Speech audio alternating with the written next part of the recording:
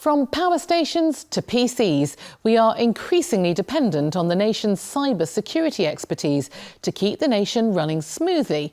And that means keeping one step ahead of sophisticated hackers and criminals. The Engineering and Physical Sciences Research Council, or EPSRC, is at the forefront of research into protecting our vital infrastructure, as Robin Ross reports.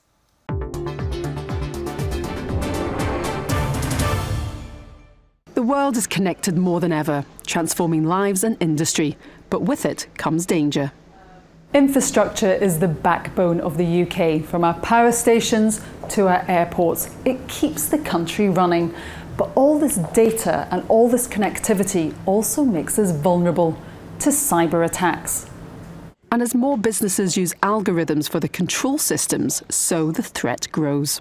Well, the worst that can happen is probably exemplified by recent attacks that we saw in the Ukraine, where basically power companies were attacked, and the end result was that 250,000 consumers actually lost power for a period of time. So that's the end game in attacks on control systems.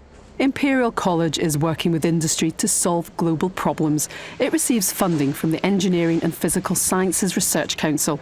It brings together academia and industry to make business networks secure. What we're doing at the moment is trying to crystallise with them what their longer term priorities are and what they'd really like from the academic community, so that we can stimulate that work within the academic community. Imperial is an academic centre of excellence in cybersecurity research. It's one of 14 established by EPSRC. Lancaster University is another. We have gone out and studied how security problems arise in the real world and what practitioners face on a regular basis. But we also, within our lab, we run our own water treatment facility, which actually emulates what exists in the real world. And we've also developed new ways of detecting attacks that might be launched against this kind of infrastructure. Cyber attacks are a Tier 1 threat, alongside terrorism, war and natural disasters. The aim is to stay one step ahead of the hackers and attackers. We work with Hewlett-Packard Enterprise, BT, also Thales, so they cover a wide range of sectors. It's not just the defence sector that has to care about these things, it is pervasive across industry. A £9.8 million grant from EPSRC in partnership with the Department of Culture, Media and Sport helped to create a unique research programme, the Petrus Internet of Things Research Hub. 9 universities are analysing the potential social, economic and security implications of the world being digitally connected, bringing together social and technical scientists. We need to look at all the inputs, if you like, the transmission channels, the analytical channels, which includes big data and analytics in the cloud and so on, and the way people then use the data. And in that system I'd include people as well as technical things. So actually it's a human-machine system. A recent special summit saw world leaders in cybersecurity gather in Belfast. The UK is recognised as one of the top 3 countries for international excellence in cybersecurity research. EPSRC helps Queen's University turn ideas into reality. EPSRC also helped to fund the CSIT Innovation and Knowledge Centre along with Innovate UK.